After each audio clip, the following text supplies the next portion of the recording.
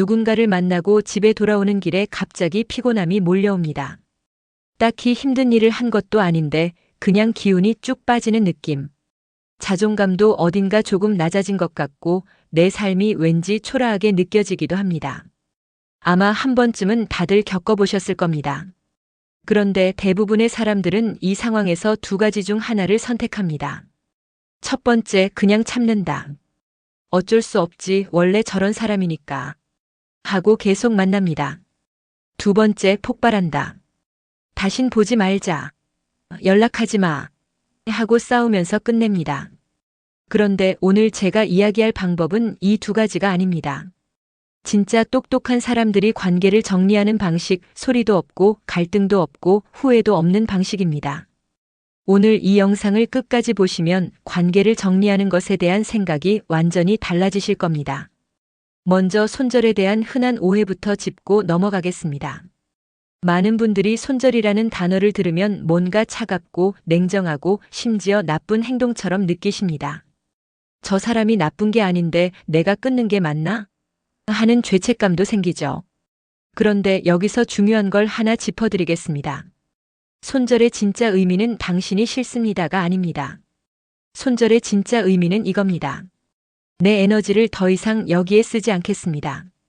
이 두 가지는 완전히 다릅니다. 상대를 미워하거나 나쁜 사람으로 판단하는 게 아니라 단순히 나의 시간과 에너지를 어디에 쓸지 결정하는 겁니다. 이건 냉정한 행동이 아니라 나를 지키는 행동입니다. 사람의 에너지는 생각보다 훨씬 제한되어 있습니다. 우리가 누구와 시간을 보내느냐가 그 사람의 삶의 질을 결정합니다. 그래서 똑똑한 사람들은 자신의 에너지를 굉장히 신중하게 씁니다.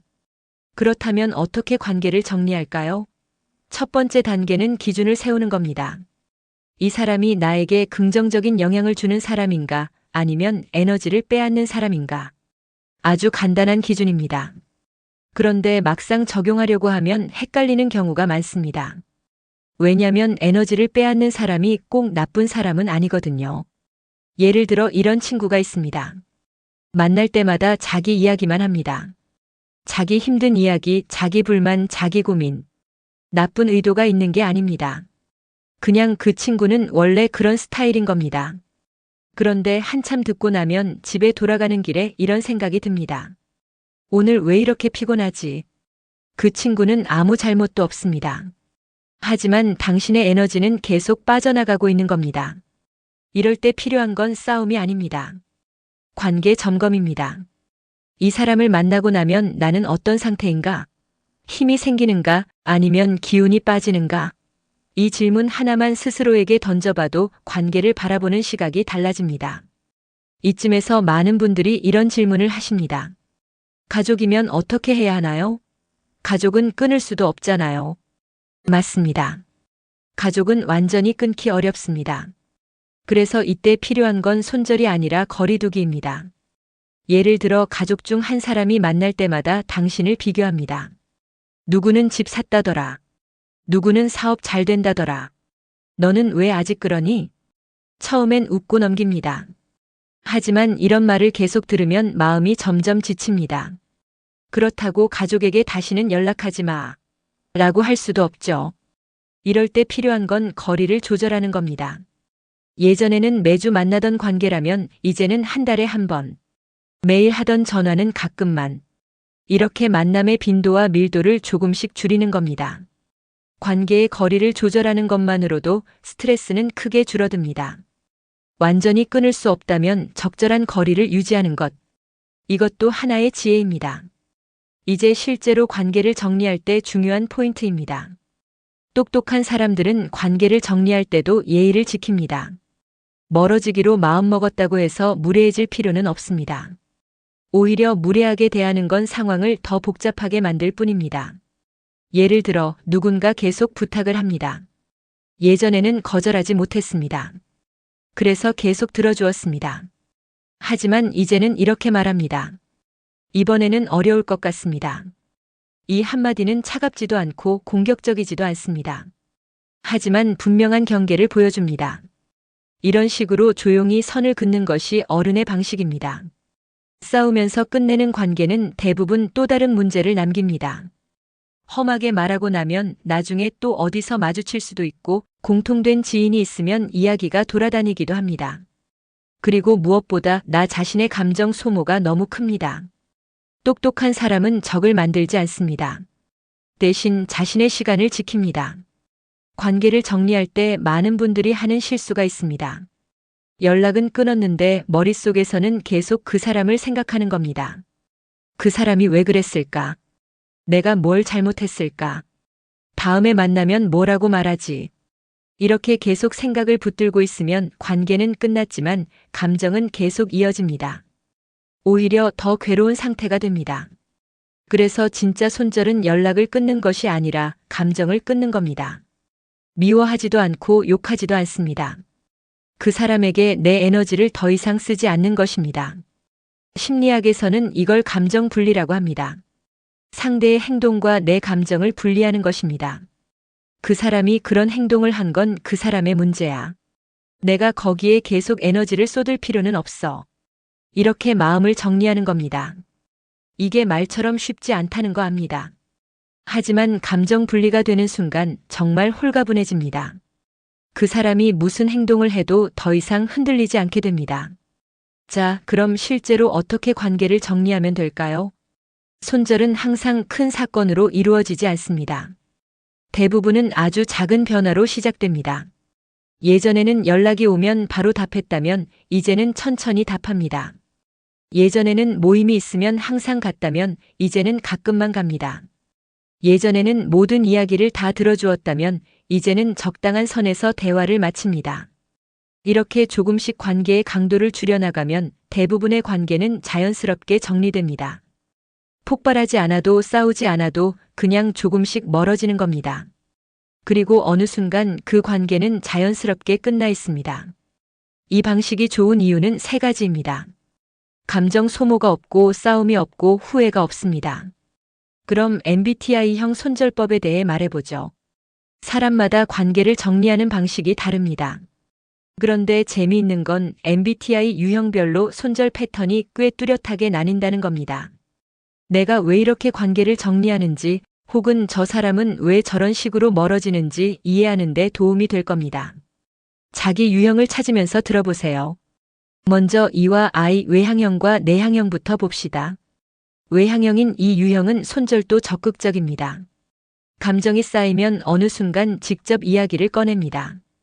우리 솔직하게 얘기하자는 스타일이죠. 문제는 감정이 올라온 상태에서 말을 꺼내다 보니 생각보다 강하게 표현될 때가 많습니다. 상대방 입장에서는 갑자기 폭탄을 맞은 느낌이 들기도 합니다. 이 유형에게 조언을 드리자면 감정이 가라앉은 후에 말하는 연습이 필요합니다. 흥분한 상태에서 꺼낸 말은 관계를 정리하는 게 아니라 상처만 남기는 경우가 많습니다. 내향형인 I 유형은 반대입니다. 말 대신 행동으로 보여줍니다. 연락 빈도가 줄고 답장이 늦어지고 만남이 자연스럽게 뜸해집니다. 상대방이 눈치채기 전까지는 아무 일도 없는 것처럼 보입니다. 그런데 I 유형의 손절은 이미 내면에서는 오래전에 결론이 난 상태입니다. 조용하지만 한번 마음을 닫으면 다시 열기가 굉장히 어렵습니다.